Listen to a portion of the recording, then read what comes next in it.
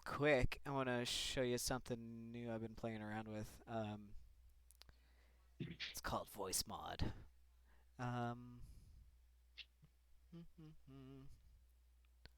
Okay, so I'll have to mess with my audio a little bit. It's this thing that makes me sound different.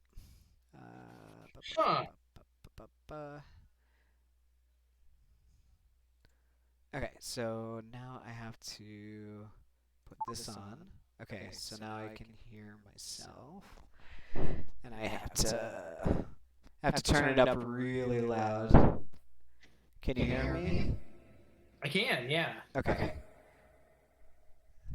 All right. So I'm modifying my voice right now, and I'm gonna send it to you.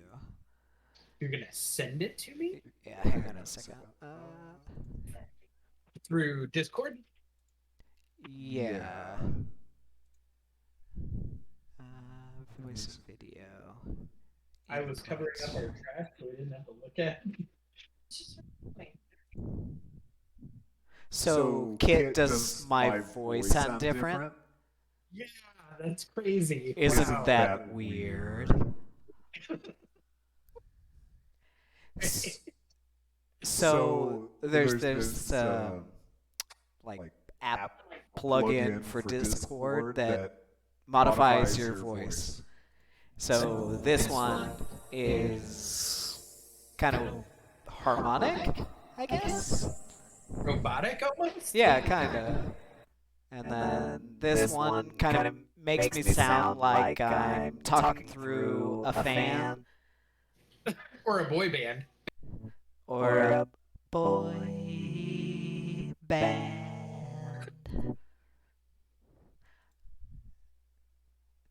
This one's called Romantic Paris. I have no idea. Okay. What's this one? Why does David look like Leon Kennedy? Okay. So does this one make my voice sound really high? Yes. And this one makes it really deep.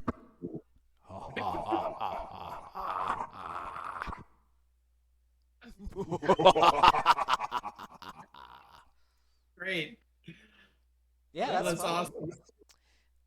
Let's see here. Go back to Discord.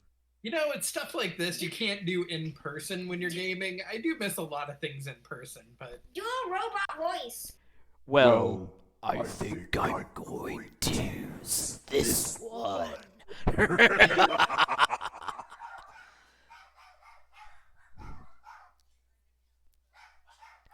I just got done with a game, and the game... My dogs are angry. They don't like that. I just got finished with a game, and the map was called Ghoul Town, as in the zombie ghoul. I see. It's the voice that just... You have tape in your hair.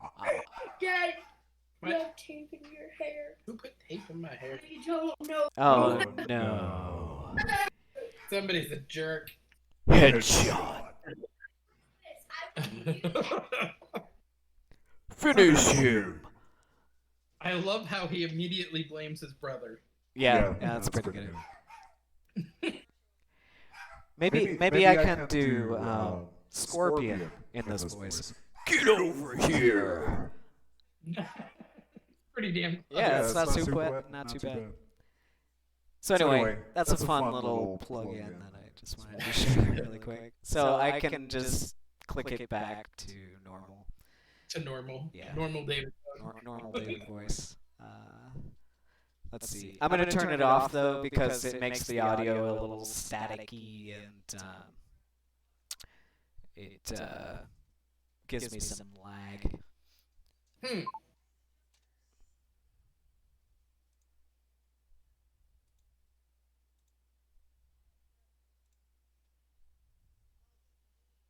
Okay, so I don't need Roll20 open. I just need my character sheet.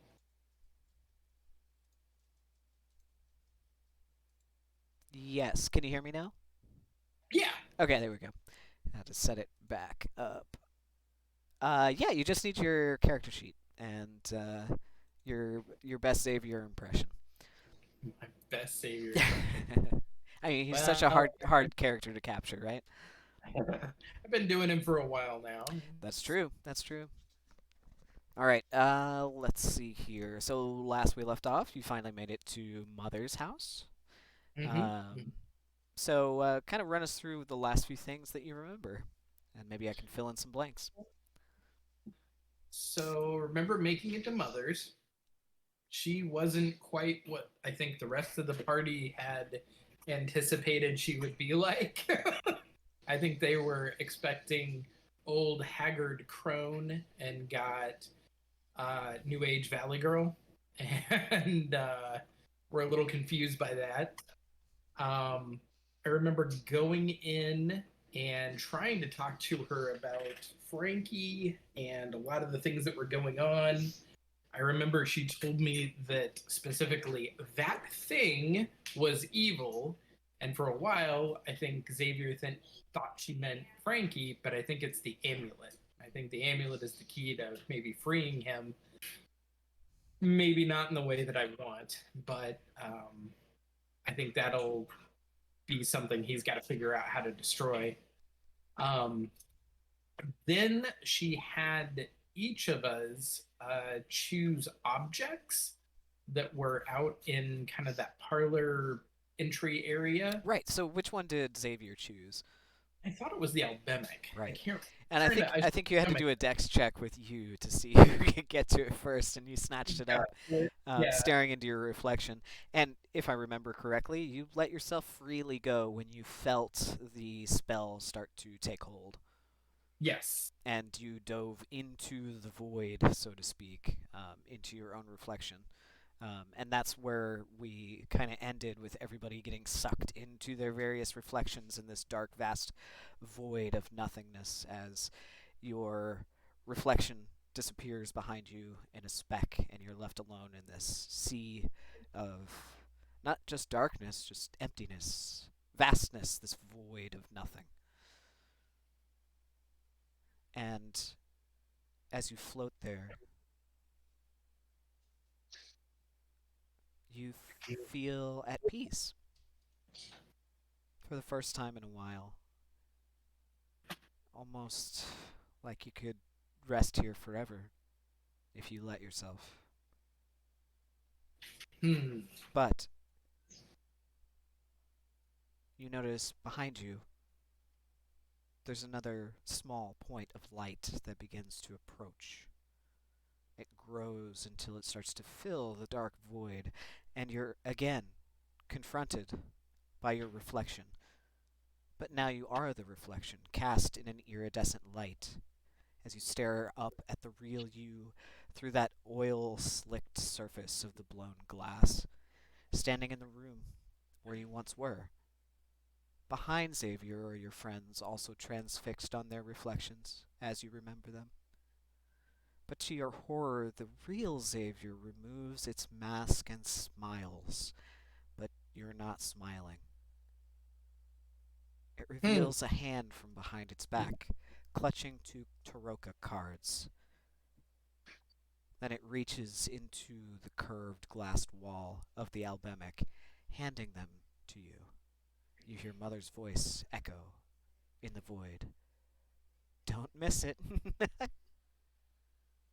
I'm gonna reach out for the cards. When you reach up to grasp the cards, you are thrust backward instantly into the void again, your reflection disappearing into a tiny speck. Then two more points appear on your left and your right. They approach quickly, at the same time growing into the outlines of doorways, covered in patterns and shapes. They rotate and reveal their opposite sides, two giant Taroka cards looming on either side of you, like two dimension door spells, answering their conjurer's calling. The two images merge at your feet like a parting line between two worlds, 1 foot on either side of two existences. What do you want to do?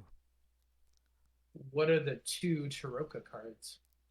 Would you like to examine the one to your left or to your right? Can't I look? Can I not see them both at the same time, or do I have to literally like turn to be able to see one or the other? You literally have to turn to see one or the other. Um, he's gonna turn left. Seems right to take the left-hand path. Right to the left. So to your left is a clear, shady beach on some tropical island. The sun is low on the western horizon, casting a golden glow on the lush palms surrounding the shallow inlet beach that's stretched out before you in a half circle. The water is a clear crystal blue with all manner of wildlife scattered against the pure white sand. And scattered throughout are massive, monolithic standing stones. The sand is warm on your feet, and the salty sea air wafts in with the sound of lapping waves against the shore. Hmm. Okay. I'm gonna turn and look to the door to the right. Okay. To your right, you're lying on your back. Now, you're looking up at a blue sky, scattered with magnificent cumulonimbus clouds. Their shapes remind you of things from your lab: a beaker, an aldist leaf, a fire snake. The sky is framed by a circular structure, crumbled walls of some old tower that you're inside, but the ceiling has long since rotted away. You're lying on the earth, on your back, in a hole, looking up at the sky. Am I seeing myself laying on the ground, or when I look at the doorway, it feels like I'm there laying on the ground? It Like, am I seeing feels another image of myself? it feels like you are in this space, but if you were just to turn your back suddenly, you would be in the other. Almost Hmm. like you can do it at will. Did the crumbling stones and things on the right hand side where I'm looking now, do they resemble anything like um anything that I would recognize, like our tower or Roll a history the check.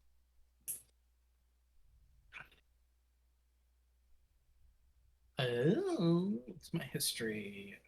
15? 15. You sit up in the shallow grave and start to inspect the walls a little bit. You're not really sure what architecture this is.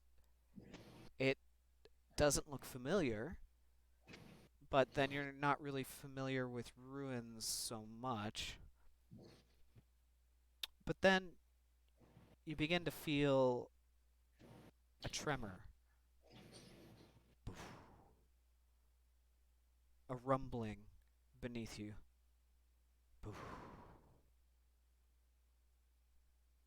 Hmm. Out the collapsed wall in the distance, there's a huge figure moving across the grassy hills that roll off into the distance. The ground rumbles with every stride it makes.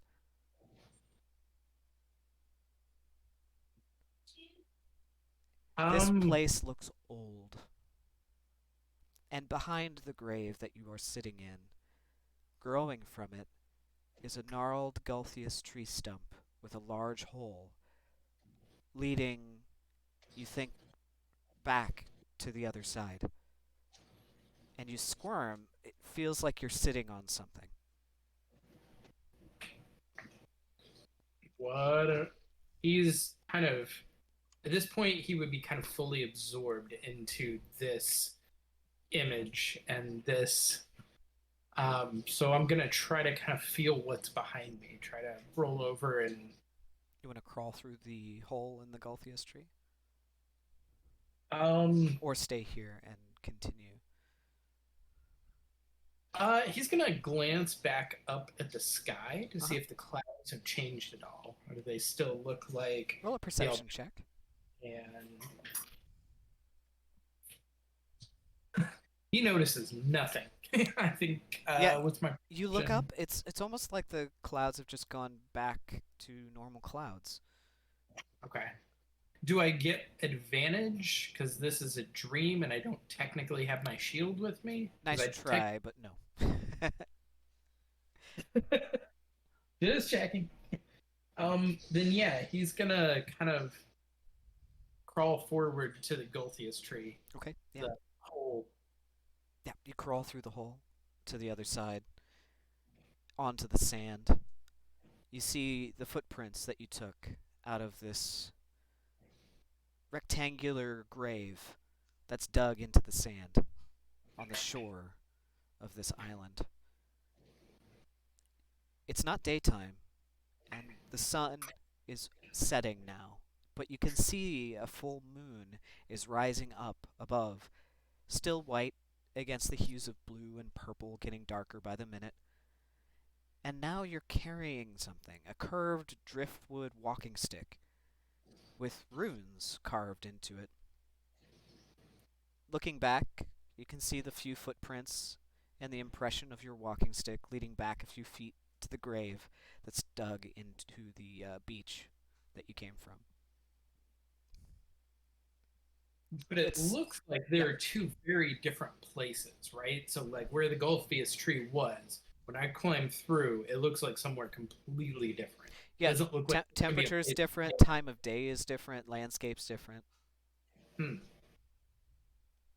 Not to mention, in the place where you are now on this beach, you hear a cacophony of songs, of screeches, of just the most lush, biodiverse environment that you could think of. Insects and beasts of all manner. It's like a roar on this island of wildlife. Whereas the other place, with these rolling grassy hills, this ruined tower, it's silent, almost eerily so, except for the rumbles of that creature in the distance and the breeze blowing through the castle walls. Hmm.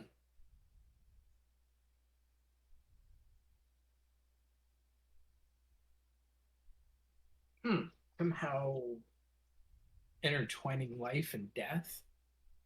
You think Um, maybe this is like a parting line between two Taroka cards. That rectangular hole dug in the beach, it's like a doorway. hmm.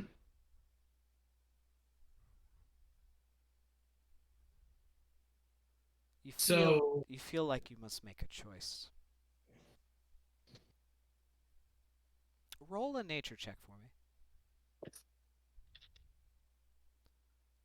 whoa, nat 20. The And I have tide a is coming in.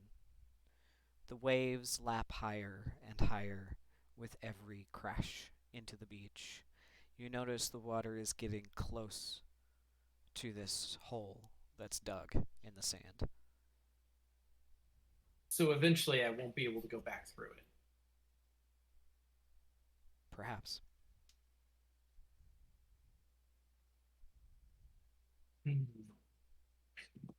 The moon continues to rise higher in the night sky, as now it faintly just has a pink hue on the horizon. Hmm. The waves start to crash right at the edge of the portal. Some sea foam begins to tumble over the edge, and you can see the sand begin to collapse inward. He's gonna head back. Okay, you He's head gonna back? go back into the grave. Yep, you go back into the grave to the other side. Crawling back through the hole in the Gulthius tree, you emerge on the other side on the soil that's dug this shallow grave inside this ruin. Hmm. You continue to hear the rumbling of that creature striding out in the distance, but it's getting more faint with every stride. The um the Gulthius tree. You said it's pretty much a stump? Does it look like it's like a natural disaster that's taken it, like lightning, or does it look like it's been cut down? Roll a survival check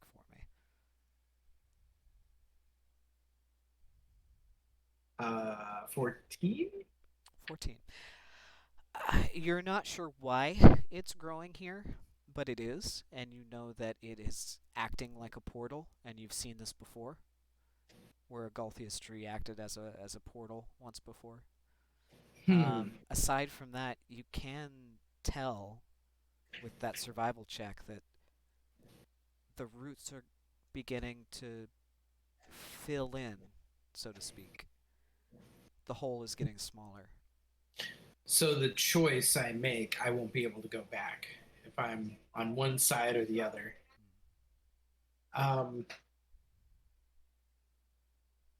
There's just enough room right now if you were to try and squeeze through. No, he's going to start in pursuit of whatever the large creature was. Okay. You shift in the grave, sitting up again, feeling something poking into your spine beneath you that you've been sitting on. Can I look to see what I've been sitting on? Yes, you may. One moment, please.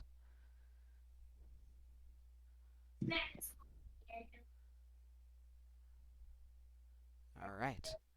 It's a bottle with a red liquid inside it, and there's a tag, just like in a storybook. The tag is written in a language. What languages do you know? He speaks Common, Sylvan, and Undercommon. In Sylvan, written very nicely in a gold script, is the words Potion of Speed. Ooh. Sitting up, you see now it's only about 3/4 of a ruined tower. It is very old. There are vines and moss that have grown up over these very old stones. In the open grave under you, you picked up that little red liquid. There's an indentation in the mud, in the soil beneath. The ground stops rumbling, a little bit less, as the large humanoid kind of goes down into this shadowy valley. And the air is magnificent. The colors are all extra saturated greens and blues.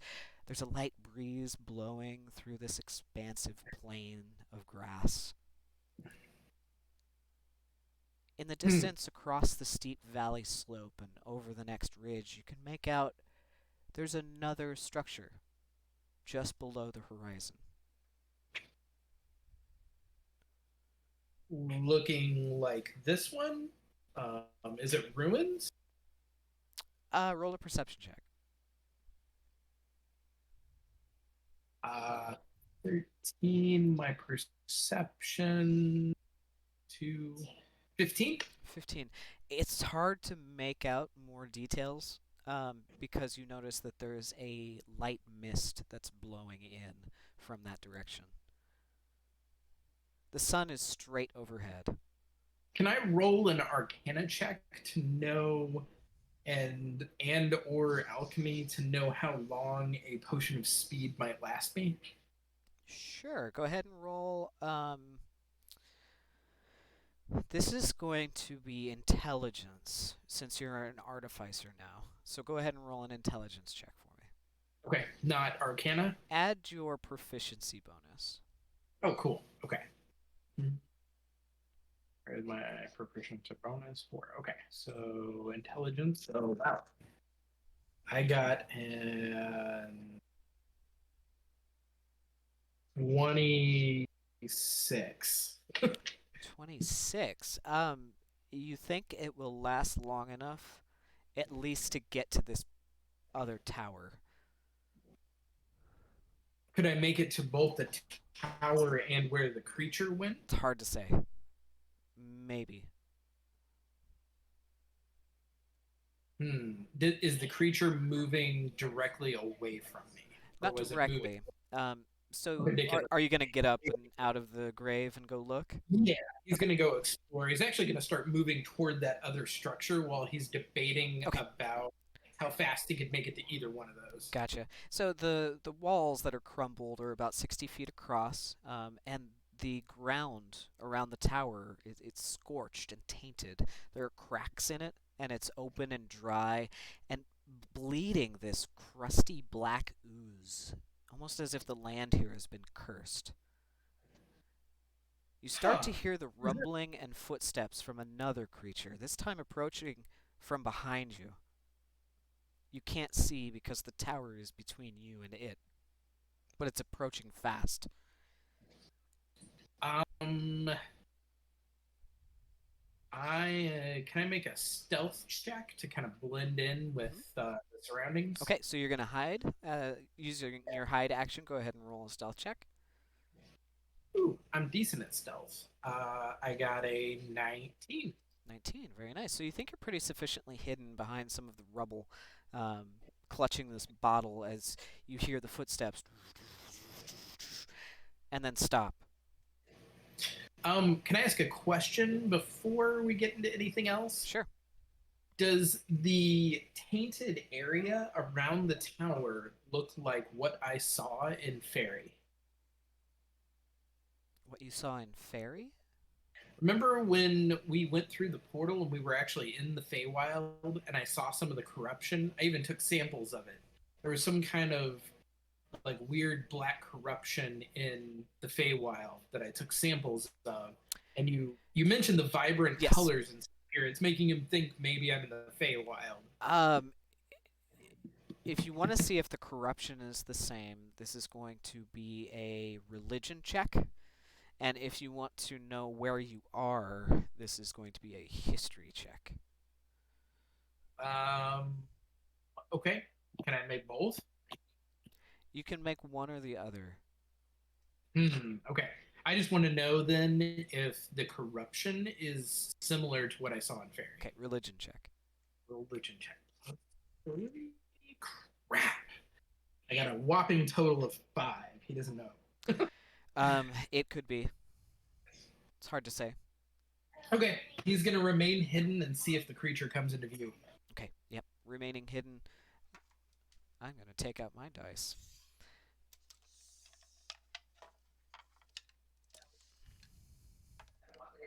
Okay. You do not hear any further rumblings, but you do hear a guttural roar of a large creature. Sorry, give me 1 second here. Yep. I know secrets, but it sucks. You always just get right. One of the secrets is. Okay, sorry, one more time. Okay, so suddenly there's a guttural roar of a large creature. It begins to cast a shadow over the ruined tower. The tree hole is not quite closed, but almost.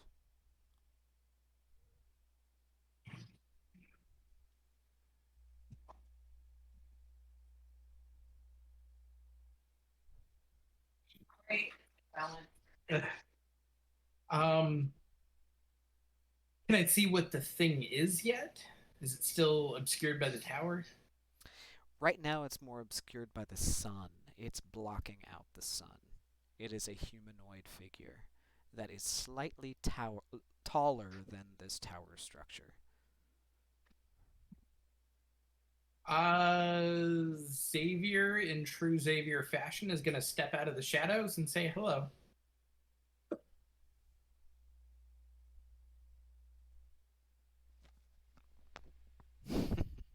How easily you forget what matters in search of greater power.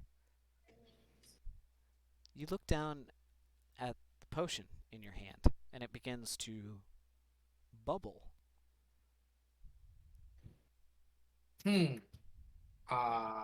Again, can I use an alchemy check to see what's going on with the potion? Sure, go ahead. 16, 17, 18, 19, 20, 24? If you spoke potion, you would think it's trying to tell you to drink it. Okay. He's gonna quaff the potion. But first, the giant speaks. Okay. Do you think a god will bless you because you stole someone else's work? Gods don't bless anyone.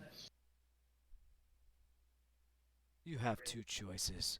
Crawl back in that tree you crept out of, or I give you a head start before rearranging your priorities. The giant figure steps aside from the wall, and you see now it has one massive eye, almost like a cat's eye, and the other is normal sized. It is deformed and dark and lumbers as if it's almost injured, but carries a giant club. Xavier's gonna say, I made my choice. I'm where I want to be. And it's a shame that we couldn't be friends. As he quaffs the potion. The giant goes, 1, 2, and reaches down to grab a rock. And you quaff the potion.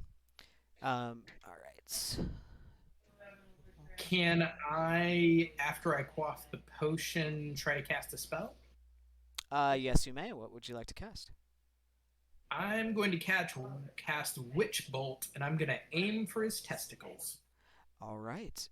You aim for the testicles. However, you notice this is a female. Ah, damn. Okay. But you still manage to cast your hex bolt. So go ahead and do I make a wisdom save or? Hang on a second. I haven't used Witch Bolt in forever. Yeah, I can't remember the wording. The energy lances out toward a creature within range from a sustained arc of lightning. Make a ranged spell attack against the creature, Okay. so I have to hit him. Yep. When you hit, the target takes a d12 damage on each of your turns. It'll actually do 5d12 at this level. If I hit, my spell attack is a +8. I got a 19 total to hit. Alright, one moment. No, I mean, like, I've been a lot better. It was just like space.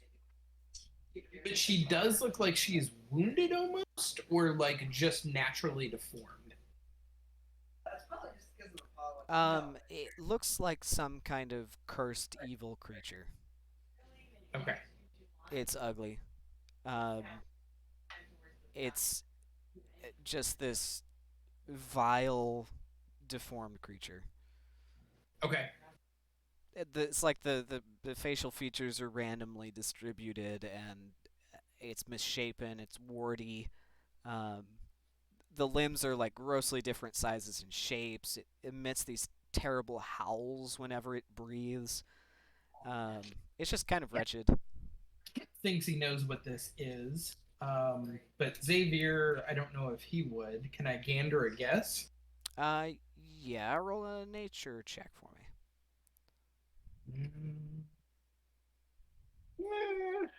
What's my nature? Oh, +7. So 15? It's a really ugly giant. Okay.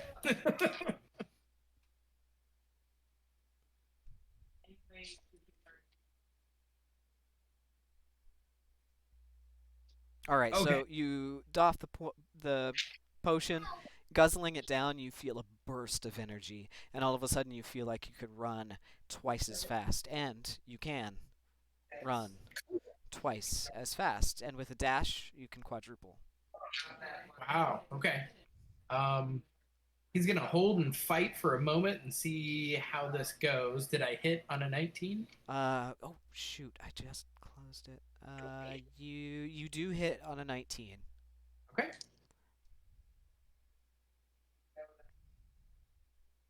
Hmm, 22, 34.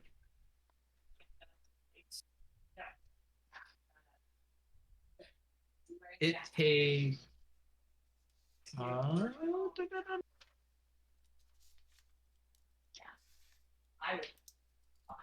51 points of damage. Oh. 51. What type of damage? Does it say? I think it's lightning, electrical. Yeah, it says lightning damage. Wow. On each. Yeah. Holy crap, that's great. Okay, 51. And the bolt doesn't go away, so like Right. it hits it and it's sustained. So there's a bolt between me and her. All right. So you are basically hasted. You feel Ooh. like you could probably do it again or do something again, but you're concentrating on this. It's concentration. Can I can't cast another spell while concentrating, right? That was your action, right? I believe so, yeah. So you have that would, bonus action or movement. oh, but I can't do another action. No, you're right. You can. You can do one more action when you're hasted. Could I run toward it Mm-hmm. and slash with my sword? Yeah. Yes, you While can. maintaining the bolt of energy? Okay. Easily. From the distance you're at with the haste, you can easily just dash towards it and take a slice. Go ahead and roll to attack. I produce my packed blade and ooh, I'm doing good. I got a 19. I think that's a critical. I'm not sure how that works. I don't think I've rolled a 19 with this sword since I started playing. Sword of Banishment. Where does it say what I crit? Let's see. You only ever crit on a trait. It would be under your features and traits. Not under the sword itself. Oh, well, it'd be a packed feature. So it should be under features and traits. Features, traits. And then you just have to go down the list and see. Yeah, not packed blade. It just says that you can create a packed weapon in your hand. You choose the form. You can transform a magic weapon into your packed weapon as ritual. It doesn't say. It should. Okay. Trigger to be under the weapon, so it's probably not a critical. But I do slash it. Yeah, you slice right across the back of the leg. It kind of drops a bit. Let's see. So that's 8 points of damage. 8? Yeah. Okay. All right. Albeit not as cool as throwing a massive bolt of lightning at it, but and then it's still reaching for that rock. You've got some movement. I'm gonna move away from it while sustaining the bolt. I'm gonna move toward the other structure, I think. Okay. You can get about what's your movement speed? 30 feet. You can get about 60 feet away. Okay. All We'll right. shoot 60 feet. All right, so you get about 60 feet running down this grassy hill, and down in the valley to the left, you can see there's another large figure way off in the distance down in the dark valley. You run, and you can see up on the horizon over the crest of the hill the other structure in the distance starts to kind of disappear as you go down the valley, and the hill obscures it on the other side. You notice as you're running that your amulet feels heavy, and out of your armor it flops out on the chain, and you notice it's not the amulet anymore. It's a golden compass. Golden compass. Roll a dexterity saving throw as you hear a and there's an explosion in the ground. Uh-oh. Dexterity saving throw. What's my saving throws? Deck. 13? That was not great. Oh no. All right. So that means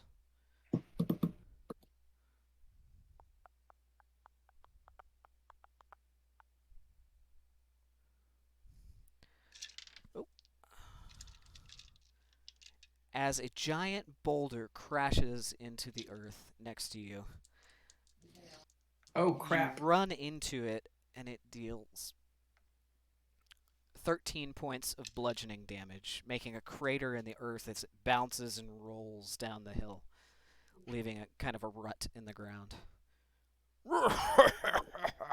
You hear it laugh from up the hill. Crap. Okay.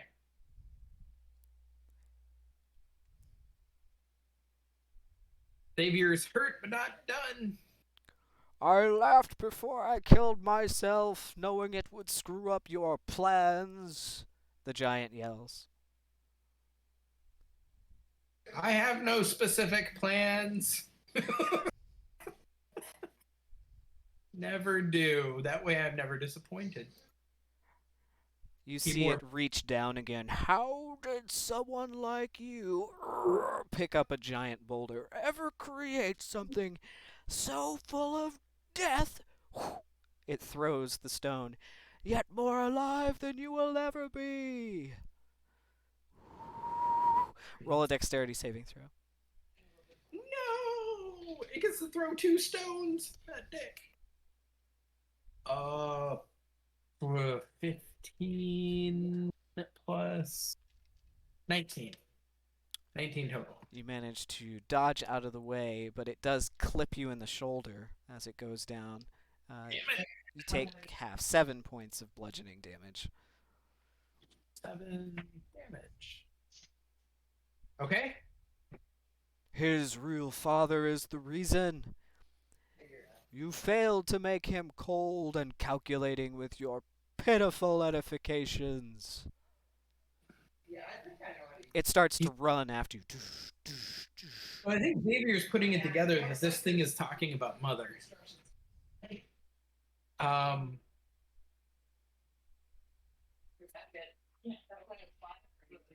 Man, okay. What do you do? Is it my turn? It is. It's gaining on you. Xavier, so at the beginning of its turn, I think it takes damage from my spell. Okay. So, let's see. What does it take? I think you repeat the damage, or do I repeat the saving throw or something? It's you can use your action to deal 1d12 lightning to the target automatically, but I don't think it's that initial damage. But you have to use your action, so it's like, do I throw 2 Eldritch Blasts or 3 Eldritch Blasts, or do I hex again? Or is it a bonus? On each of your turns, you can use your action to deal. You have to use the action. Yeah, so because you have to use your action, you'd have to forego. Right. So unless you did a bonus action cantrip. It was basically if it's hard to hit, this is a good one to use because I can keep damaging it no matter what. It's a giant. Giants aren't hard to hit. Yeah. So I think he's going to dismiss it. He's going to turn around, stand his ground, and start flinging Eldritch Blast at this thing. Excellent. Go ahead and make... is it 2 or 3 now? I think I can do 3, and that's all I'm going to do. I'm going to stand there and start slinging death at this thing. All right. Go ahead and attack 3 times. Okay. Actually, you're hasted, so you can do 6. Wow! Holy shnikes. I don't know if it counts, but I have... And then you can use invocations on top of that. Yeah, so the invocation I wanted to use is Repelling Blast. When you hit a creature with Eldritch Blast, and that's each time you hit. So if you do 6, you can push it back 6 times. 60 feet. Okay, so I can keep nailing this thing and knocking it back. And knocking it right back. That's what he's going to do, because he's a little bit pissed off at this thing's presumption that, yeah. Okay, so you forego a dash action. Instead, you're going to do 2 attack actions with your haste, so 6 Eldritch Blasts. Yep. Go ahead and roll. So roll them all. Just roll all 6. There's 4, 5, and then 6. your Eldritch Invocation, I don't know if you can use it 6 times. Is it only 3 times per short rest? It just adds it. I don't have to invoke it. It's just something that my Eldritch Blast does now. Nice. Okay. Kind of like the added damage, because I have the one that ups its damage too. Oh, okay. So yeah, don't forget to add in that damage. All right. Yeah. So 6 attack rolls. How'd you do? One hit the floor. So the lowest attack would have been 7, would have been 15. All of them hit. So you blast it back 60 feet as the Eldritch Blast just spray out from your fingertips. 1d10 plus 4. Were any of them natural 20s? No. Okay. No. All right. You So see, it's you see it just 10 hold up its arms, screaming as it gets its feet, 19. dragged through the earth. 32, 33, 34.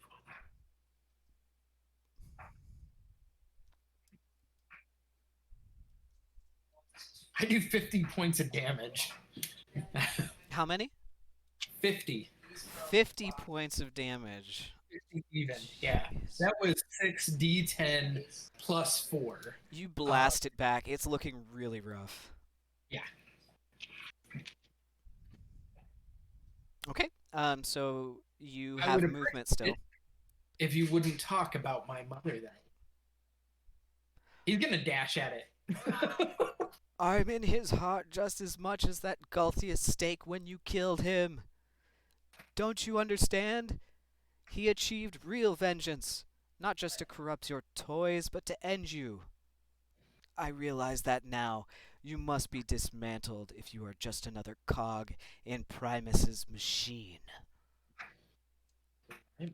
You dash forward, meeting it as it picks up another rock. It's going to try and smash you between two rocks as you run forward. Let's see here. That is a 16 to hit.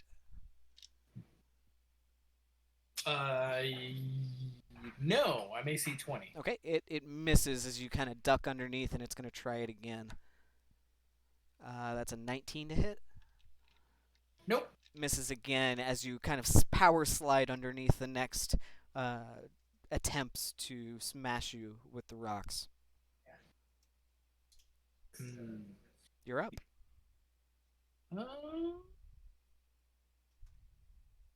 I am going to let loose with my Gulthius Thorns for one action, and then hit it with 3 more Eldritch Blasts for the next one. Okay, very good. So first action, you use your Gulthius weapon. I roll a savings throw, I think. Is it a dex save? So you can use your action to make a bolt burst of Gulthius Thorns in a 15-foot cone. When you use your thorn weapon, each creature in the area must make a Constitution Oh, save. con save, okay.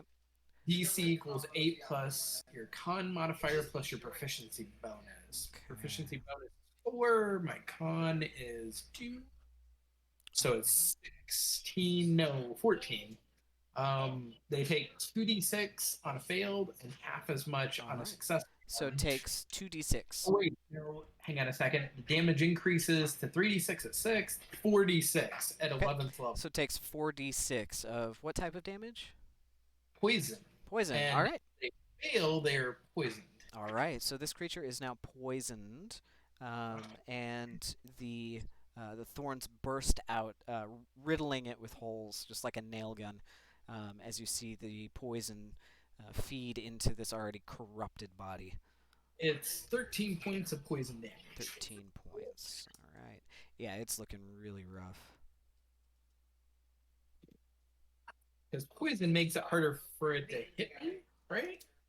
Yeah, poisoned, I think, is disadvantage on attacks and ability checks.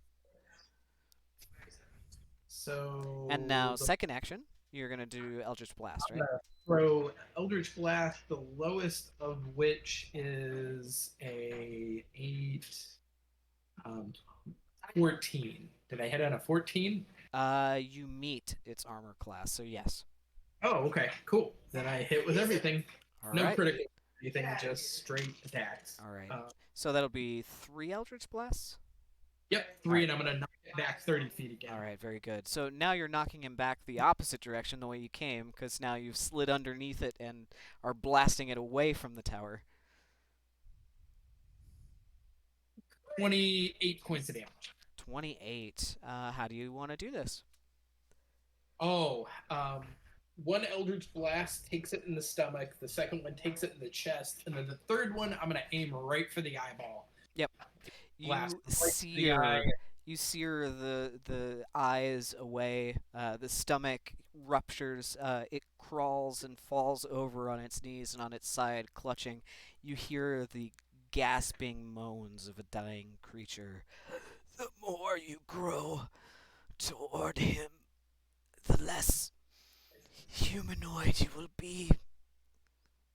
Crawl back into the tree, or you will die having never truly lived, and succumb to his predestination.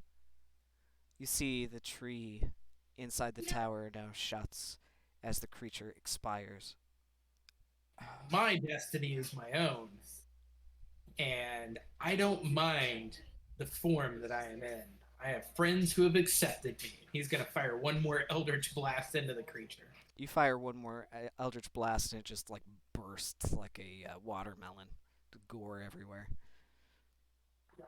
He's gonna turn around and start walking away. All right, where would you like to go? He's gonna pull out the compass. All right.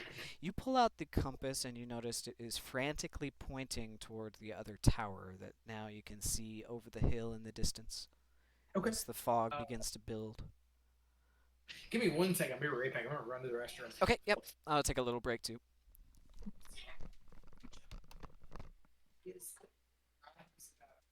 Kirby is my favorite. He's so unassuming. Even on like tier lists and stuff in this game,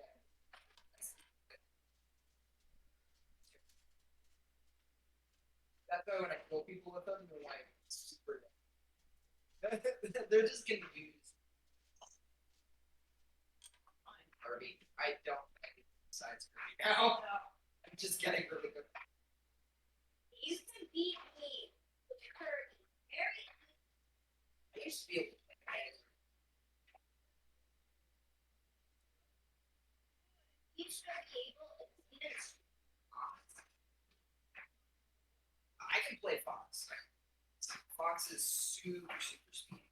Fox is one of the S tier characters.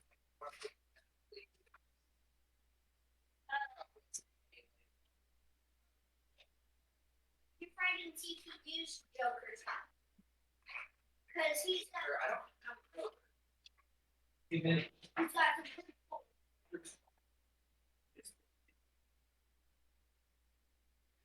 Of course, and it's cantrip too, right? Cantrip. God, I have a badass warlock. Is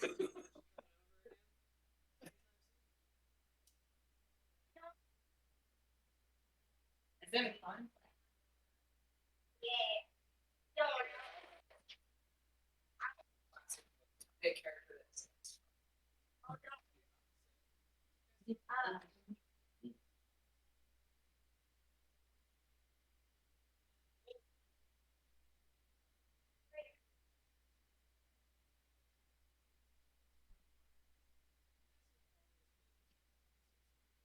okay. the colors that I yeah. What's the bag with 2 tabs? I have no idea. Is it?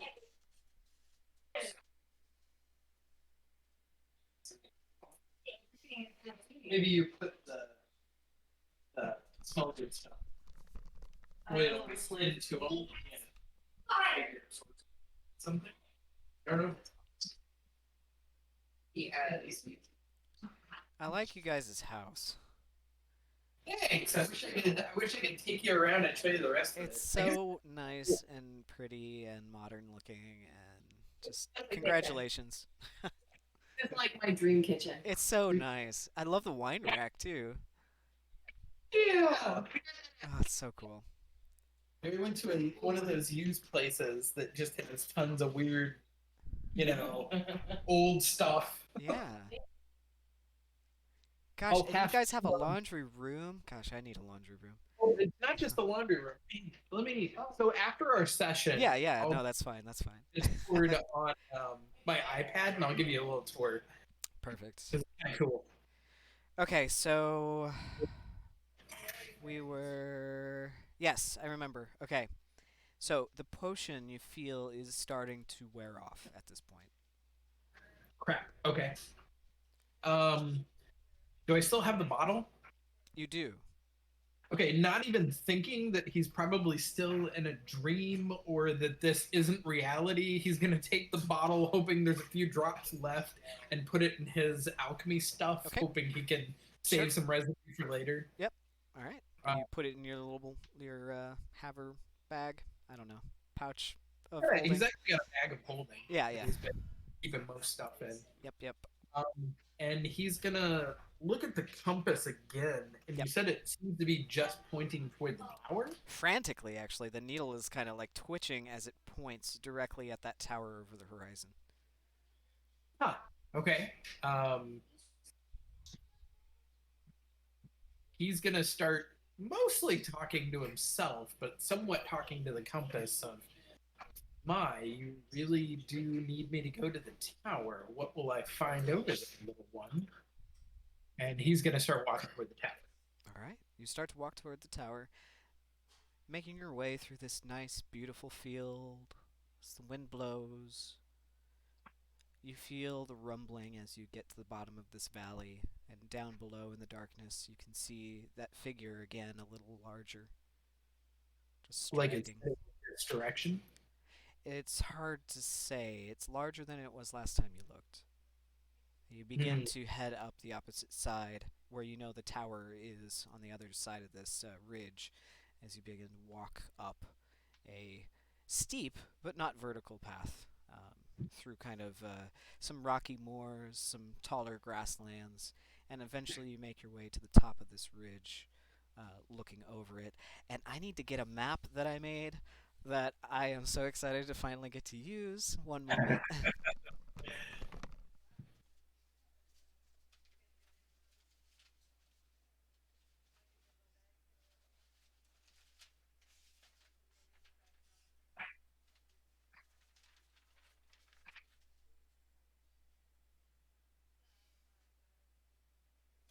Ooh.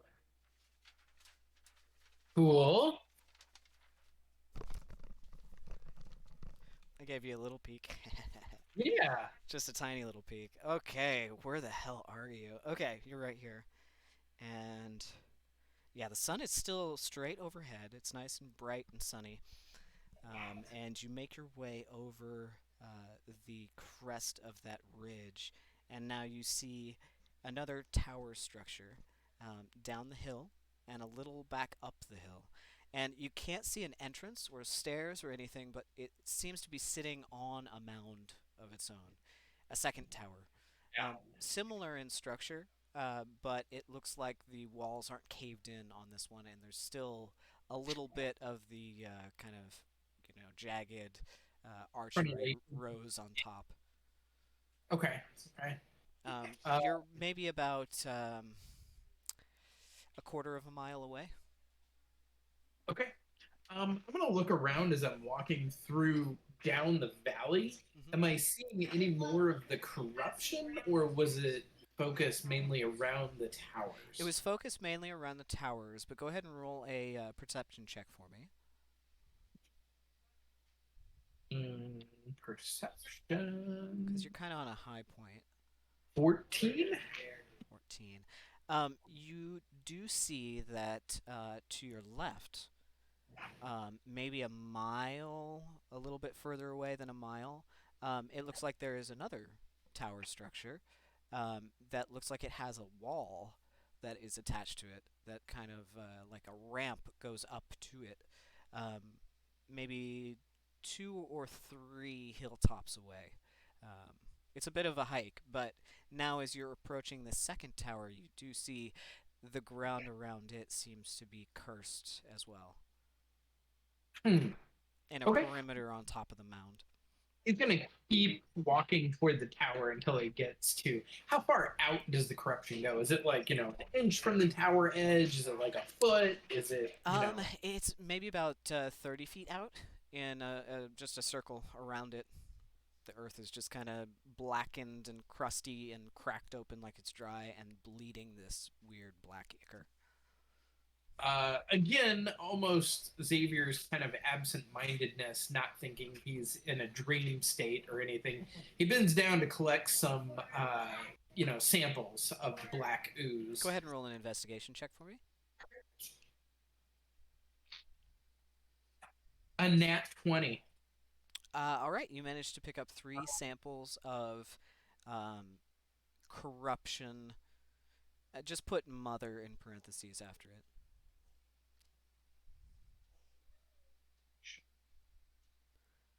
Maybe like corrupted ichor from mother or something. We'll remember. Corruption from mother. Okay. And then he's actually going to bend down and touch where the corruption is and try to use his druid craft to see if he can coax anything to grow within the corruption. How essentially his brain working is, how deep does this go? Okay. Is it a surface level, damage, or is it deep? All right, you do your druid craft on it. Roll an Arcana check for me. Okay. Really something I'm good at.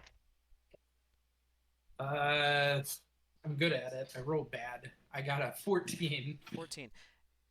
Your druid craft actually dissolves a little bit of the ichor and it begins to recede, and the corrupted earth also begins to recede, and in a very small pocket, just a little bitty bit, you uncover what looks like a shiny brass metal. Huh.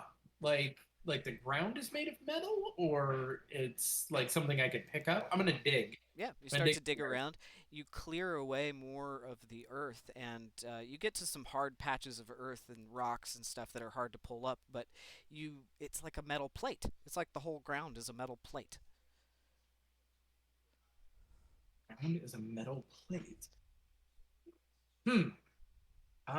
He's gonna dig around a little more, looking for kind of edges. Like, is there an edge to the plate, or is it, go on for a while?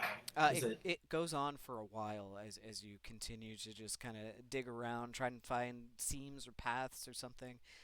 It's just metal. Yeah. Huh. He's gonna turn around and walk away from the tower, maybe 40, 50 feet. Okay. And he's gonna start digging and see if it's metal under. Yeah, you start to dig, and again, ting! Eventually you start to hit metal again and clear it away. Well, that's not normal. Huh. So the whole surface is metal. What type of metal? Can I figure that out? Yeah, it looks like brass. Brass.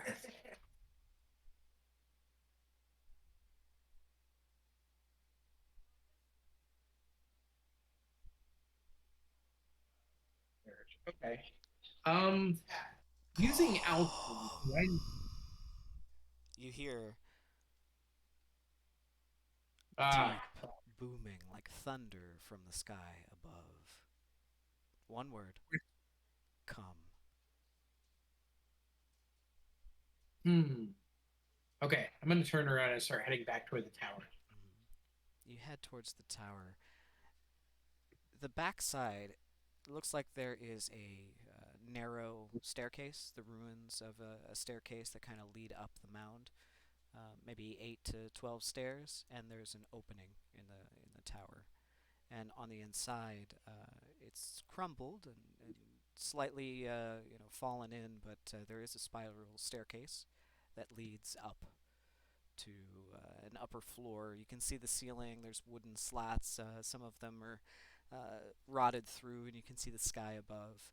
But it does look like there is a hole where the spiral stairs do meet this upper floor. He's gonna start up the stairs and then stop when he gets partway up them and think to himself, I should probably check for traps, dismiss the notion, and pull out the compass and keep moving. Okay, the compass is pointing randomly, just spinning in all directions. Give me just a second. He is going to speak directly to the compass at this point and tell it that it is not being useful now and it needs to be more specific. Oh no. Right.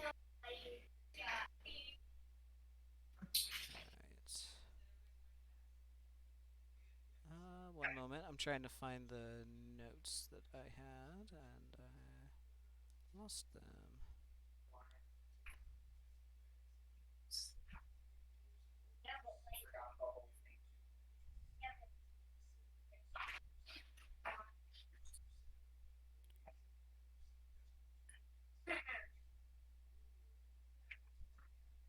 Alright, so inside the next ruin, there's also a stone sarcophagus with a gong on a small shrine inside.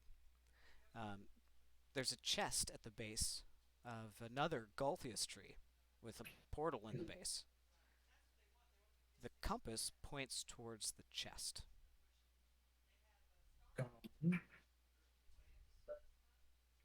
Yes. 3. And the chest. Okay. So this is upstairs and on the second floor. That's right. Okay. So there is a Golthius tree with a stone sarcophagus, a gong, and a chest at the foot of it. Yes.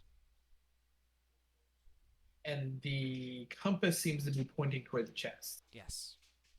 Is the Golthius tree like fully grown? Does it look healthy? Does it look as healthy as a Roll a tree? nature check. 18 plus my nature, which is 7. So it's 23. I mean, No. it looks healthy enough for, what is kind of like an undead tree. But yeah, I mean, it's a Golthius tree. It's just not as big. It's like a mini-size one. Not as big as the one we fought. Yeah. Okay.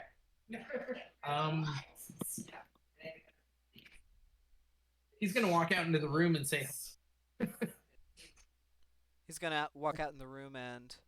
say hello. He's gonna see if the Golthius tree responds to him. Okay. There's no response. He's gonna walk over to the stone sarcophagus. Okay. Is it open? Does it have like a lid? Or is it It's just a simple stone sarcophagus with a lid, and it looks like it's probably pretty heavy.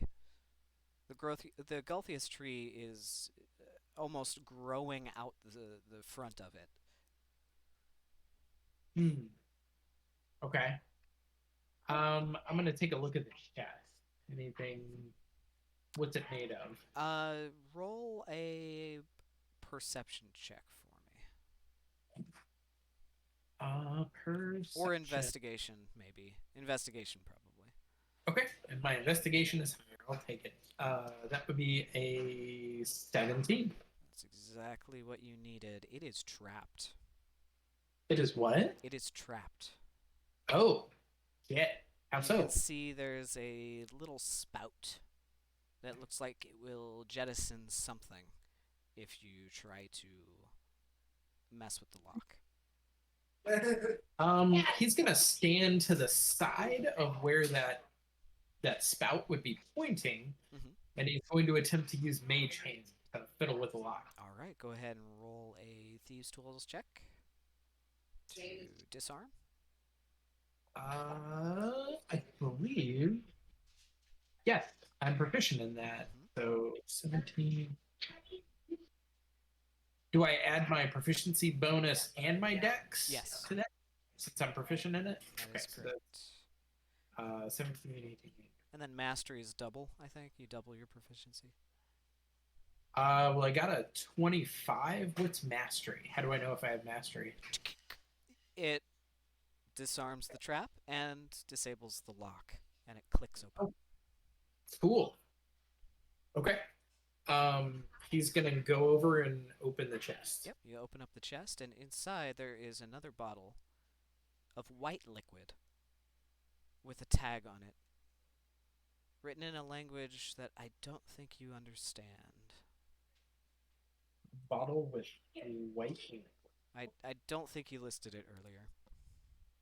I speak Common, Sylvan, and Undercommon. No, you can't read this one, unfortunately.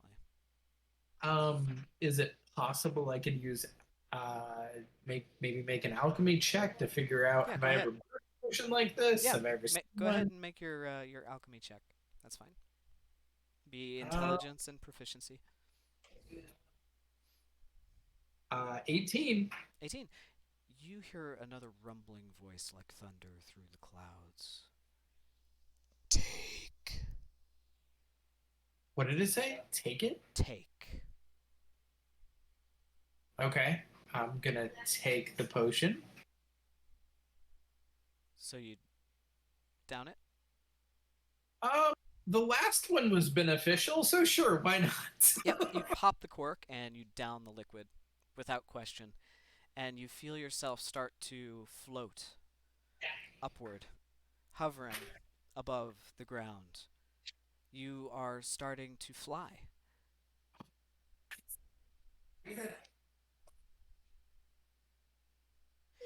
Okay. The compass changes directions and points frantically south down the valley where that other creature was walking, between you and the other tower that is apparent now to the left.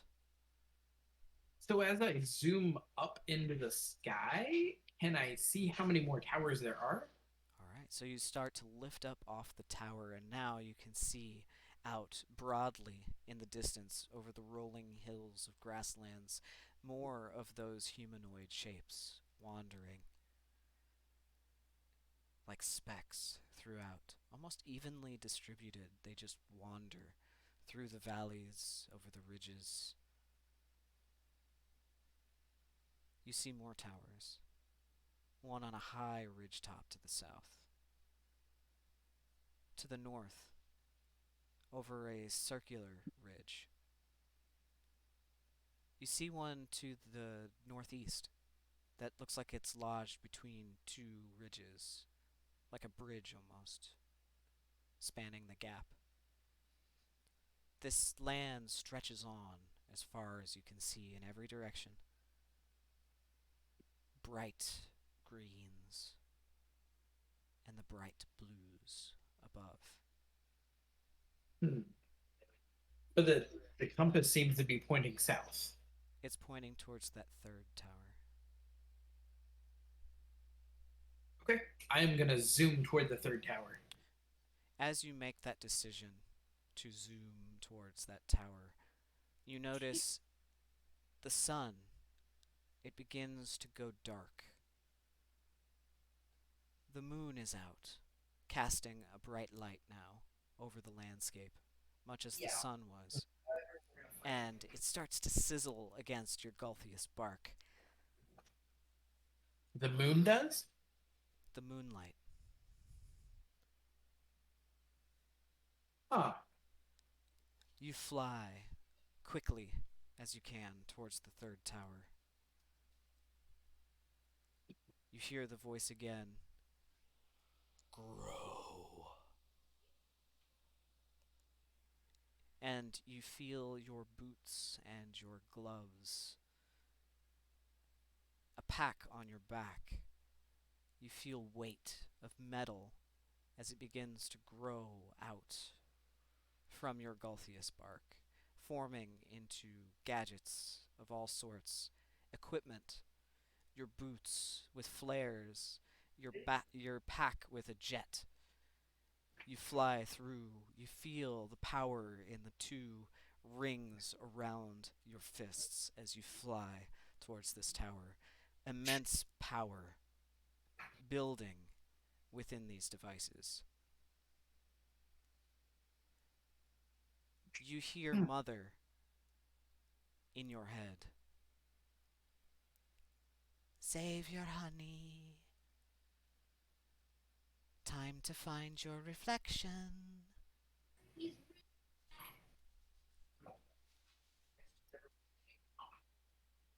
You pass over the other giant that looks up in the sky as you pass over.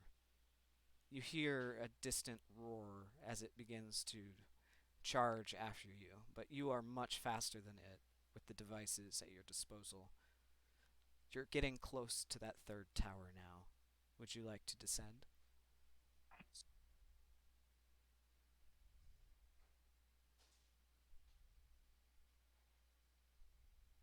Maybe it's big.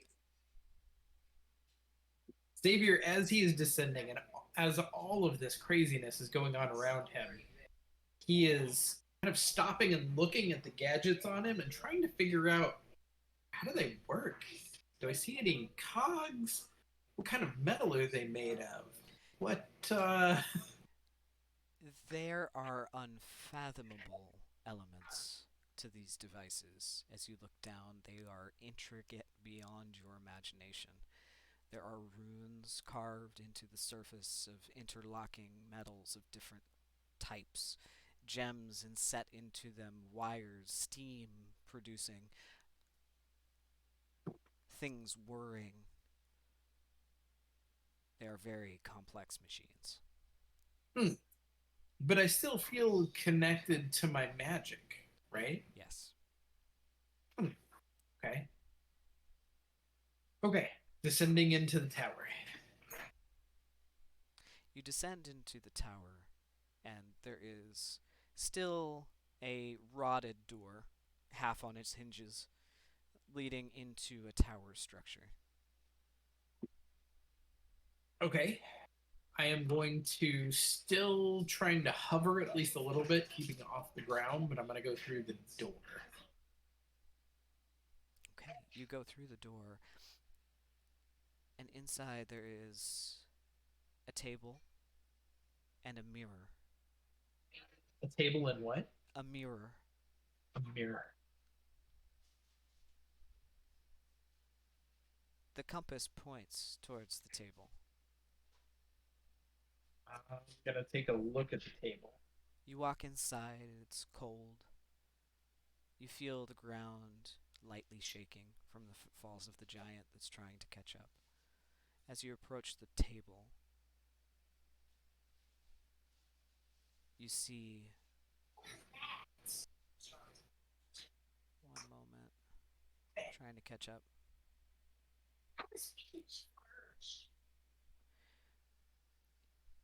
You see there is a piece of parchment with a map drawn on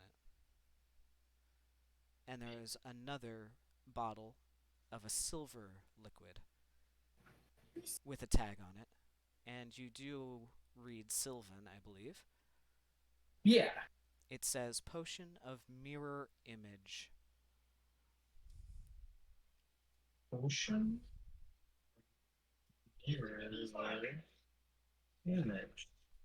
Mother said to find my reflection. Yes. Do you know Elvish? No. Okay. Sylvan is close. Maybe I can make out some of the words. Yeah, or- on the map. So the map, there is a title, and it's written in a language. You're pretty sure it's Elvish. Sylvan is a very close language to Elvish. Okay. You can't make out all of it, but you can make out the word Everbright. Everbright. Okay. He's like, And a silver liquid. It says mirror image. Okay.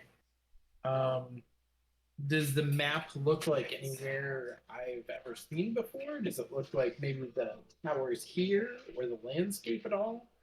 You're gonna take some time with the map and study it? How close are the footfalls of the giant? Less than a minute. He'll be there very soon.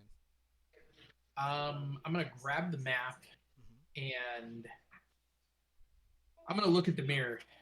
Okay, you look into the mirror, and all you see is an empty room behind you. You don't see yourself. Hmm. I am going to quaff the potion while looking into the mirror. You take the potion, and immediately you see yourself, silvery in the reflection, smile, and reach through, offering you a hand. Huh. He's going to reach toward the mirror. You reach towards the mirror and grasp the hand, and it pulls you inside. And again, you're thrust into the black void. Hmm. A green light appears above you, a swirling, bubbling circle of liquid. It descends down to you, hovering just out of reach, twirling round and round. You see a large ladle stirring the fluid, and through it, the wavy image of Mother looking down at you. I grow weary, Xavier. I fear you must continue this quest without me.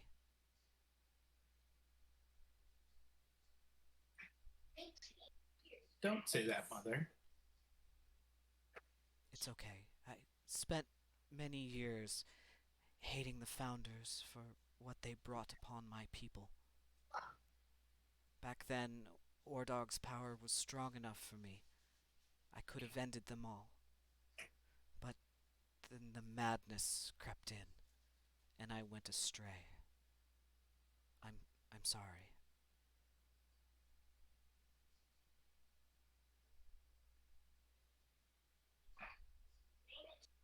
You hated what the founders did to your people?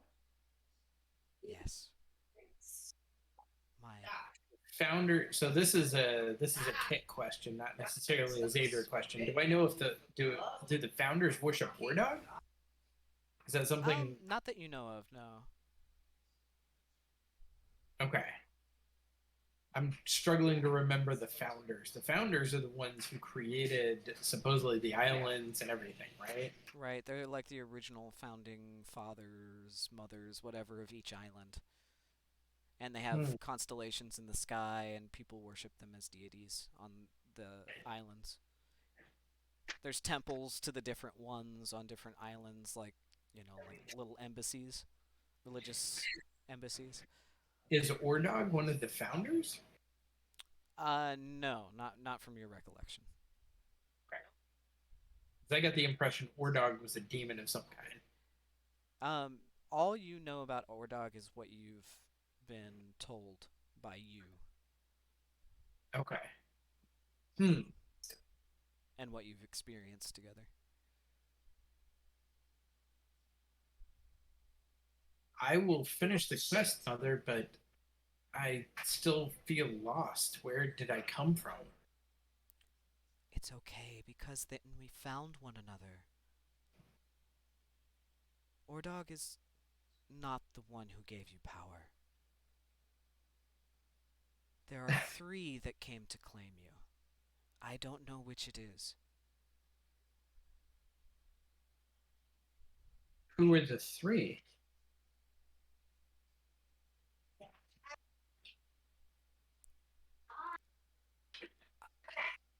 I worry to tell you, but I've wasted too much time lost in my madness. I know you're the missing piece. You are the shepherd lost in the mists. It is prophesied.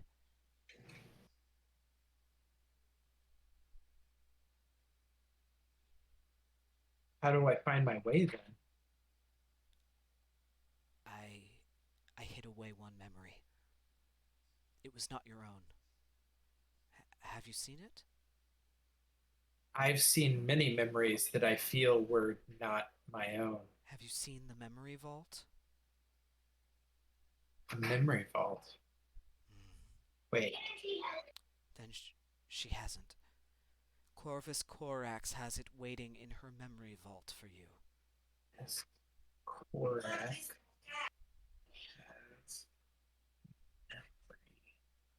Pour it into the pool as you meditate during your next rest. Your friends will follow you, be their guide. But as the shepherd, you must find the lost ones.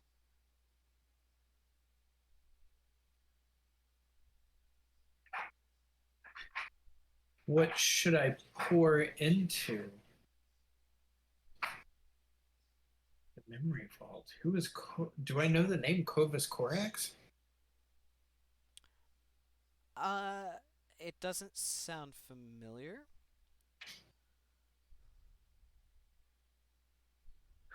Mother? Who are the three that came to claim me? Where does my power come from? There is one other. I have taken a risk to rid the plains of the Dark Lord's meddling. But because of all the powerful eyes on this place, it's become a focal point in time and space. We have riled them, and they do not like to be toyed with. I managed to keep the one away from you all these years.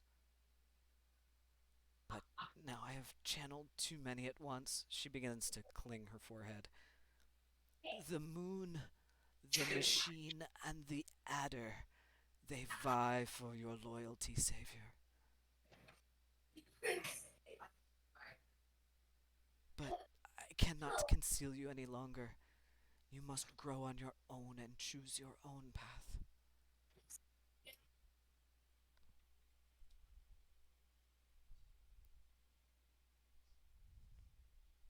Rest, mother. Don't. I will take up the quest. I will figure things out. Rest, but do not go away from the world. This world needs you.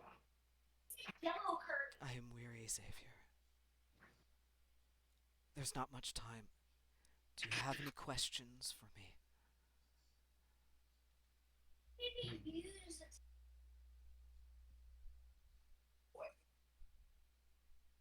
What happens when I choose my path? Haven't you already chosen? Maybe I have.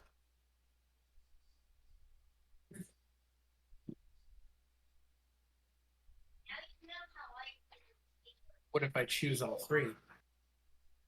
You make your own path. I trust you will make the right decision.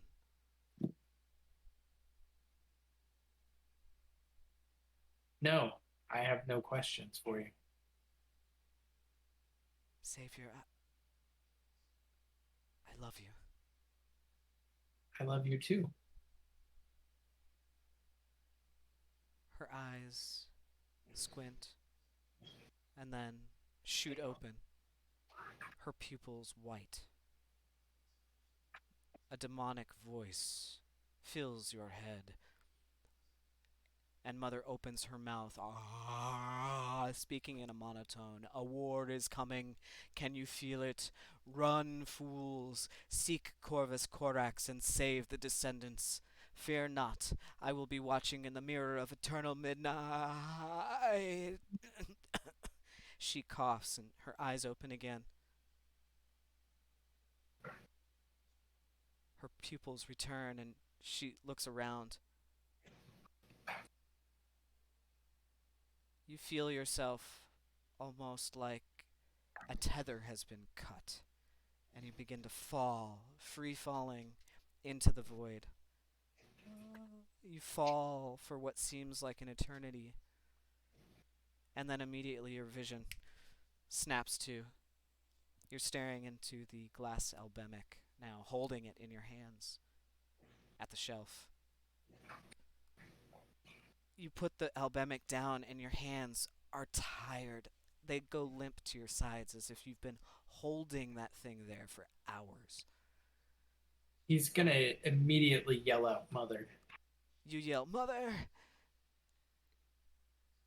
You turn and you see Safkeen, Lindell, and Genevieve all creeping toward the bookshelf with all of the different glass jars. A dim firelight as the cauldron went out hours ago. And they're listening in as Mother whispers to someone in the back room. When you call out Mother, you hear a as you separates from the onyx mirror that she was staring into. The rest look over, and you see now as you make eye contact, all of you are awake. A little weary, as some time's passed. And that's where we'll end. Oh, that's so good. So, this is a portion that I did with everybody else, where I interviewed you as Kit on your thoughts of Xavier, what Xavier's thought process is, maybe some of the things that he might have gleaned from this, questions he might have, next steps, that kind of stuff. But So first, I want to, as a recap, that was a lot of lore dump. I'm sure you took yeah. lots of frantic notes. So, do you need any refreshers? Because I've got it all written down. So where did I get the name Primus? I wrote it down really quickly. Where Pri- was Primus was mentioned in the last breaths of that deformed giant. Oh, that's right. The Right. line was, one moment.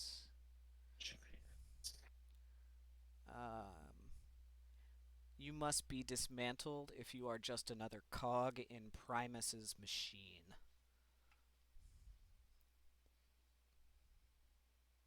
And then there was the brass landscape under the dirt. So Mother mentioned the three that came for me: the moon, the machine, and the adder. Yes. Me as Kit is believing that's the three possible paths that I could choose for Xavier. So either keeping on with being a warlock would be the moon, the machine being an artificer, and then the adder being his alchemist side. Which still doesn't really tell me who my patron is if I choose Well, to be. it seemed like Mother didn't really have the answer for you, but she narrowed it down. Yeah, Um, yeah. so from Kit's perspective, is this a crossroads for Xavier? He has to choose between the three paths? Possibly. And I've been giving it a lot of thought whether I wanted to do, more alchemy or if I wanted to do more warlock. I mean, it seems like the alchemist has some nifty abilities, but ultimately they don't really stack up Right, to what they cap out a little bit. they cap pretty early too. Right, and without metagaming too much, it does make sense for Xavier to go into any of those three paths, I think. But like based on the decisions that you made just now as we were role playing, um, the ways that you went, the things that you did, the options that you chose, what would you say of those three paths was the outcome? What did Xavier choose, do you think? Um, I don't know because he used the potions every time. Like that was the first thing, and gathering samples was, However, when I stood my ground and I wanted to plant my feet and kick some ass, it was warlock all the way. It was I'm gonna start slinging some dangerous spells in your face. And Uh, what do you think you were? What was the encounter? what do you mean? So Uh, there's this giant, grotesque monster thing saying these things to you. What was that encounter to Xavier? so that almost seems like maybe one of the other paths that I could have gone down, and it was trying to steer me away from one of the others. So it seemed like it was trying to steer me away from being a cog in the machine, steering me away from becoming an artificer. Um, and if I go down that path, maybe my patron will, you know, disown me or stop giving me power or Right. something like that. There could be consequences depending on what you And do choose. Xavier, of course, I mean, I like the power of being a warlock, but he doesn't respond well to threats. It's more like, well, I'm going to do whatever the hell I want anyway. So do you think that the visions, the metaphors, the things you experienced, do you think it is Mother's invention? I think I am Mother's invention. Hmm. I think So Kit has a strong belief that I used to be a person, that I used to be a human, maybe even Dominic.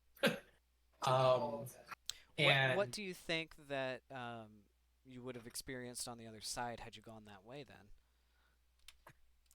I'm not sure. At first, I thought maybe the two halves were life and death, that I was choosing, something like that. But um, maybe it was closer to one of the other paths. But which seems weird because there's three paths I could go down. There's the moon, the machine, and the adder. Maybe the other pathway would have been closer to the moon or the warlock side of me, simply because it was dark. There was the midnight, the sky, the moon, things like that. But also, when I was in this reality, sun gave way to the moon, Right. but the moon was burning me. So, Right.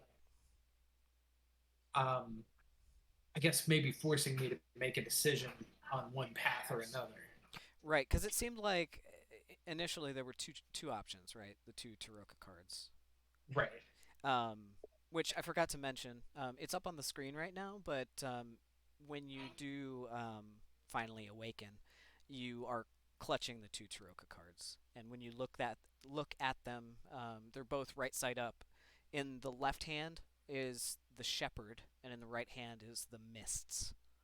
And those are the Oh, two Taroka cards on your left and right. Shepherd on the left, and Mists on the right. And you can Google that Taroka Shepherd and Taroka Mists and see um, the the cards basically. okay. And so I think you would have gleaned this, but you chose to go to the right side Yeah. eventually. So that's the mists is what you're holding on in your right hand. So do you think the mist represents something? You mentioned you thought maybe you were in the Feywild or Fairy. Hmm. To me, the mist, I think, would kind of represent the more wild side of Xavier. Mm-hmm. More warlock or more, you know, kind of that raw power. He definitely seems to be a duality of raw power versus his alchemy, which is much more measured and careful and, thought out Not just process. that, though. I think more so it's a struggle between good and evil for a construct. It's like, I have a morality, but if I'm a construct, do I need to have a morality? But Xavier's always been a very moral creature, like sticking around to help the orphans and refusing to let them out of your sight until you knew they were safe. So there's an altruism to Xavier, too. And I think that's more of a battle between good and evil. So maybe there's two facets to this. We've got choice of path, two options, and then third option, the moral option. Hmm. Okay. And that's me trying not to be too meta, but to maybe direct your thinking a little bit as to what you saw and what it might mean. Hmm. So that monster, what was it? Are you asking Kit? Yeah. Kit thinks it was a Fomorian. Okay. And what would that mean to Kit Um, as Xavier? But Xavier wouldn't know this, but to Kit as playing Xavier. Fomorians were like ancient giants that were, I think, cursed by one of the gods. And so it seems to me that maybe that was some sort of message of, hey, if you continue on this path, you're going to be cursed. You're going to be your patron or your god, whatever's giving you your powers, isn't going to have your back anymore. So that's interesting that you mentioned, ancient time but present, thoughts. So as far as past, present, and future, do you think that this was a vision of future things to come, things that have already happened, or something that's going to be immediate, like coming up? Hmm. I don't know. In my, Divination's weird like that. yeah. Huh. Yeah, that's interesting. I hadn't given that much thought. Well, I have. So what does Xavier want to pursue next? I don't. Are you asking like as far as like classes, like what Well, I classes mean, do? Or you were baited towards different options, and you took certain ones, fighting and using potions and exploring, and you weren't really feeling the beach, so and there was like daytime, nighttime elements, so I guess there was some symbolism, numerology, astrology stuff that I was throwing out at you too. I just want to know if you have any theories about what you could do and what you want to do with the information you just got. hmm. So I mean the clouds and the sky and things like that were definitely references to his alchemy, to things that were familiar to him, that were comforting to him. Um, but ultimately, flying, I went right back to the tower. I went right back to um, kind of that exploring aspect. Um, Were I you don't know. were you surprised to immediately find your reflection, or not, and then take the potion and you do? It kind of made sense to me. It made sense in my head that there would be a catalyst or a trigger Hmm. that you would have to do something to initiate that. And honestly, as me kid, I thought it was a portal. Like, oh, I got to activate this portal somehow. There's a way to get through this. Mhm. Um, Xavier partly is still uncomfortable with the idea of getting his power from something else or someone else who might be more apt to tell him how to use his powers. Mhm. He does not like the one thing about Xavier, his probably top, level peeve is someone being controlled.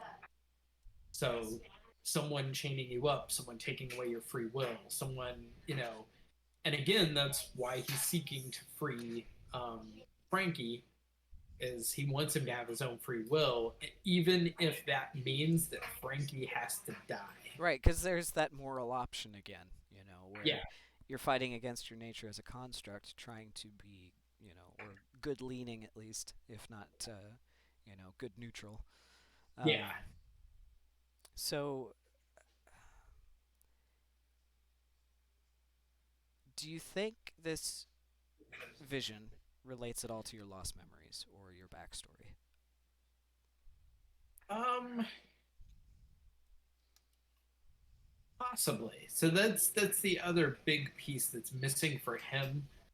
And he had more questions for Mother. The reason he didn't ask them and told her that he didn't have any more is because one, she seemed tired. Two, it seems like there was something way more important than what was going on with him.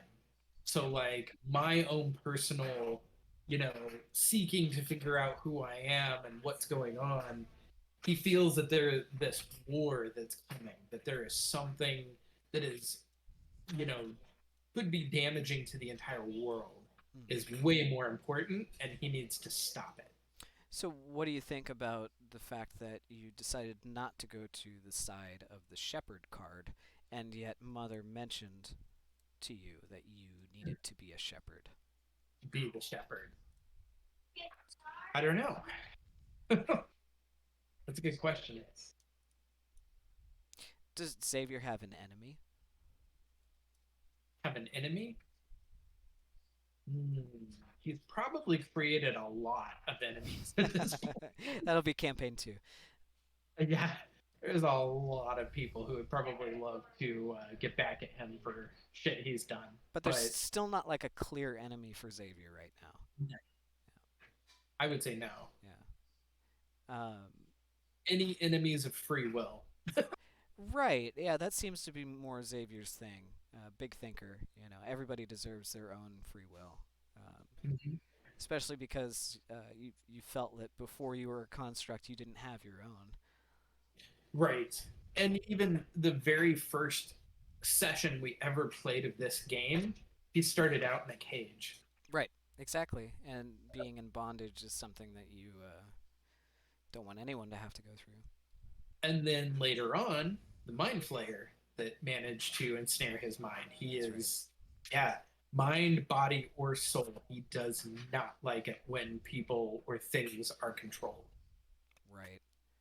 So all of the high context speaking in riddles, Yoda speak, does it confuse and mystify you, or are you used to zoning it out, or are you like intrigued, paying attention, need to figure everything out? I'm intrigued. I want to figure things out. Um, but I feel like there are so many disparate pieces that I don't have enough information to figure it out. So I'm willing to let it ride. For example, you're missing 998 years of memory. Yeah, that's so. There's a lot I don't know Right. that he would love to figure out, but he's feeling this sense of urgency now that there is probably something more important than him figuring that out. Right, right. And you mentioned in the very beginning too that when you guys all thought of Mother, she wasn't really what anybody expected. Um, Right. but what did you or Xavier expect? He expected what he got. He expected um, riddles and weird paths and um, never a direct answer, but kind of Yeah. leading you to your own, decisions and thoughts. And he's gotten used to that with Mother. Yeah. All right. And I don't think that would be any different for him, and it would just be kind of old hat, whereas everybody else is confounded, perhaps. Yeah, he'll Um, probably come out of this feeling enlightened, even though he got no answers to anything he really wanted. right, and Answered. that's how mysticism kind of is, and divination and all that. It's faith based, especially in the case of divination and. Somewhat applying your own meaning to things. So Right, right. in divination, so when you're doing a tarot reading, you turn over those cards.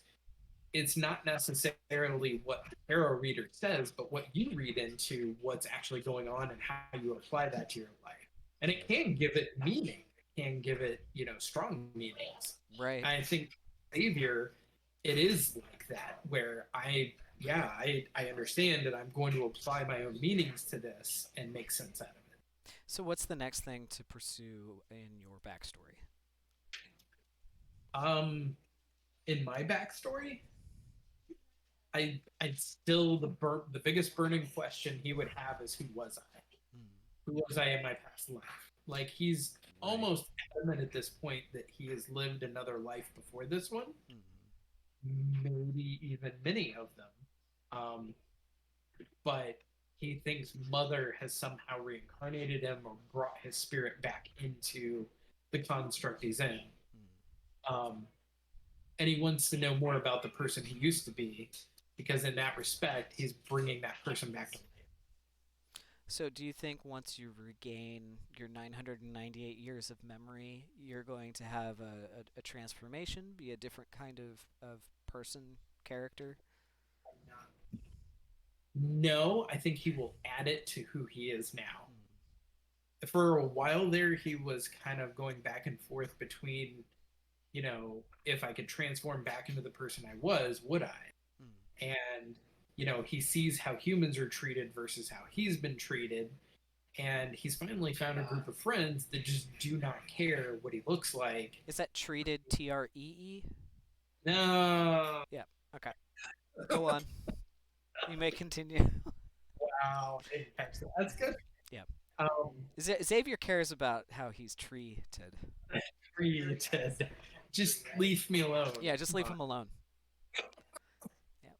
A hard nut to crack. Yeah, you don't want to branch out.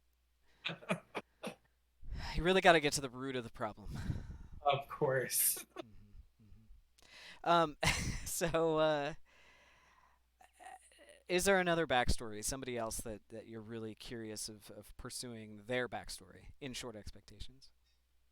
In short you, Yeah. honestly, because I think it somehow intertwines with mine. Right. I think Ordog is somehow intertwined with my backstory, what I'm doing, and wants to know more about what you does and why. So are you going to be an unreliable narrator, or are you going to remember everything and tell it verbatim to everyone? I'm going to be an unreliable narrator. Because I know you guys have a worry about that, but now that you've experienced all these things and these signs and visions, you can keep to yourself whatever you want to keep to yourself. Or you could forget things by accident that were actually really important. So are you worried about that at all, or? Yes, I'm constantly worried about completely like me as a character forgetting something super important that Xavier probably would have remembered. Yeah, And yeah, it's easy to do. sure is. That's why I write down everything. So are you building up to any big reveals, maybe in the next few sessions? So the one thing I wanted to talk to you about is when Xavier's going to make this change. Right. So So I'll I kinda- probably stop there and end the video. But anyway, thanks for answering 40 interview questions. yes, you can say something to David now if you would like. Hello. In the zombie apocalypse, use a shotgun. A shotgun? No, I use a cricket bat. Cricket bad. Don't have to reload it. Cricket? Nobody understands cricket. And- You gotta know what a crumpet is to understand. Well, yeah, cricket. that's true. But you don't want to put nails in it because it sticks to the zombie. And then Yeah. you've got a zombie stuck to your weapon. You don't want that. It's So, just gonna yeah. start You just want to bludgeoning. bludgeon and bounce. So have you stopped the video at this point? Is this? Yeah, I'm gonna do that now. Thank you, Kit.